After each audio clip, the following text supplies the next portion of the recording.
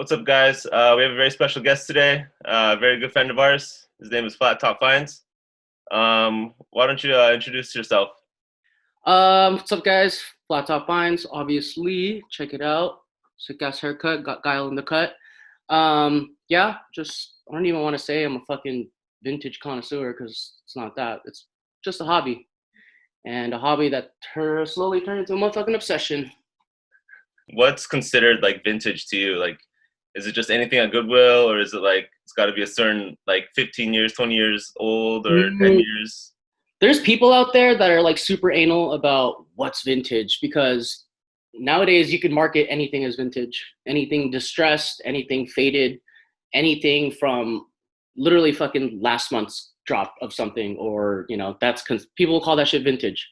Right. So vintage is a very loose word, and just after being in the thrifting community and just seeing thrifting drama and people trying to sell things and pass it off as vintage, it's becoming kind of just like a nuisance, and a lot of people get a lot of hate. There's kind of a certain way to thrift. You kind of have to be good at time management. You kind of have to know when they put stuff out on the floor. I like being there when they open, because when you're first to the worm, like that's when you get all the good, like not the good shit technically, because there's times where it's literally the same shit for like the next week and nothing's coming in. So you just have to be consistent. There's times where I'm like flipping through and I'm like, fuck, I've seen these shirts already.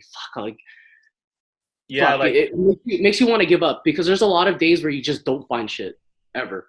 yeah, that can kind of like morally like just put you down, right? Like, Oh yeah, fuck. dude. But then there's that after like a week of dryness, like there was this one week specifically where I was like, "Fuck this, man! Like, there's no point in me thrifting. Like, I find all the same shit. Like, this is boo boo." And then this came into my life. Check this out.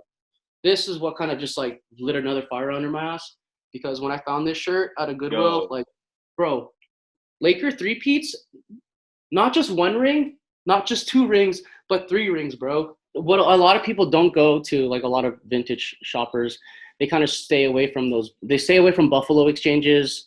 Um, what's that other place? Like just like those other secondhand stores. yeah, What are they called? Plato's Closet, stuff like Plato's, that. yeah, Yeah, they stay away from places like that because not that many. You'll find a lot of H&M, fucking your mall brands over there. But I yeah, like to go to those places because sometimes people will get rid of things that they think holds no value, but there's a lot of value for other people. One thing, if you want to be really good at thrifting, is staying consistent, because if you're not there, someone's gonna find it. yeah. Whether or not It's that one day you it's don't show up that yeah, you're like, yeah. fuck, someone grabbed the fucking cool Kobe shirt or whatever. No, dude. Then that's happened to me too, where I said like, I'll just go at 9:30. I won't go when they open because there's not going to be anything, and I'll pull up at like 9:15, and there's a guy with like a freaking Chicago Bulls shirt, and I'm like shitting my pants. I'm like, fuck, I should have been here. Should have been here. Yeah, yeah, Um, but yeah, dude, I just like going to those places like the secondhand stores, Plato's Closet, Buffalo Exchange, because you'll always find some cool shit there. That's where you'll find like more streetwear stuff, like some like OG Stussy stuff, and that's always pretty cool to find. right, right. All right, guys, thanks for tuning in. Make sure you follow me at Flat Top Finds. Hopefully, I inspired some of you guys to go hit up some thrifts, and remember, consistency is key. There's gonna be days where you don't want to go, but trust me, you're gonna want to go, and you're gonna find some dope shit.